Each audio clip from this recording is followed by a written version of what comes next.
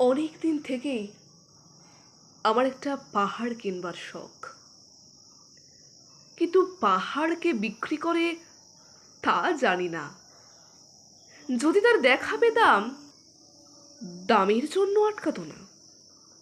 আমার নিজস্ব একটা নদী আছে, সেটা দিয়ে দিতাম পাহাড়টার বদলে। কে না জানে পাহাড়ের চেয়ে নদীর দামই বেশি। পাহাড় স্থাণু, নদী বহমান।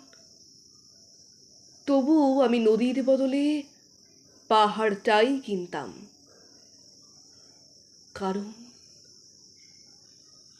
আমি ঠকতে চাই। নদীটাও অবশ্য কিনেছিলাম একটা দ্বীপের বদলে। ছেলেবেলায় আমার বেশ ছোট্ট খাট্ট ছিমছাম একটা দ্বীপ ছিল, সেখানে অসংখ্য প্রজাপতি। শৈশবে দ্বীপটি ছিল আমার বড় প্রিয়। আমার যৌবনে দ্বীপটি আমার কাছে মাপে ছোট লাগলো। প্রবহমান ছিপছিপে তন্বী নদীটি বেশ পছন্দ হলো আমার। বন্ধুরা বলল, ওইটুকু একটা দ্বীপের বিনিময়ে এত বড় একটা নদী পেয়েছিস, খুব জিতেছিস তো। তখন জয়ের আনন্দে আমি বিহ্বল হতাম। তখন সত্যি আমি ভালোবাসতাম নদীটিকে। নদী আমার অনেক প্রশ্নের উত্তর দিত, যেমন, বলো তো আজ সন্ধ্যায় বৃষ্টি হবে কি না। সে বলতো, আজ এখানে দক্ষিণে গরম হাওয়া, শুধু একটা ছোট্ট দ্বীপে বৃষ্টি।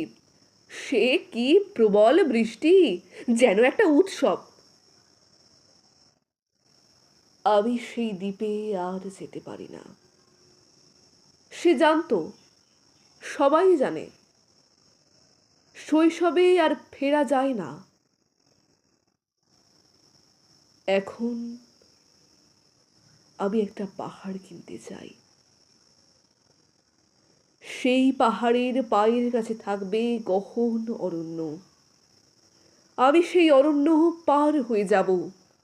তারপর শুধু রুক্ষ কঠিন পাহাড়, একেবারে চূড়ায় মাথার খুব কাছে আকাশ, নিচে বিপুলা পৃথিবী, চরাচরে তীব্র নির্জনতা। আমার কণ্ঠস্বর সেখানে কেউ শুনতে পাবে না। আমি ঈশ্বর মানি না, তিনি আমার মাথার কাছে এসে ঝুঁকে দাঁড়াবেন না। আমি শুধু 10 দিককে উদ্দেশ্য করে বলবো, প্রত্যেক মানুষই অহংকারী। এখানে আমি একা, এখানে আমার কোনো অহংকার নেই। এখানে জয়ী হওয়ার বদলে ক্ষমা চাইতে ভালো লাগে। হে 10 দিক,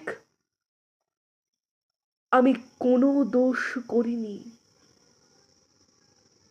আমাকে ক্ষমা করো।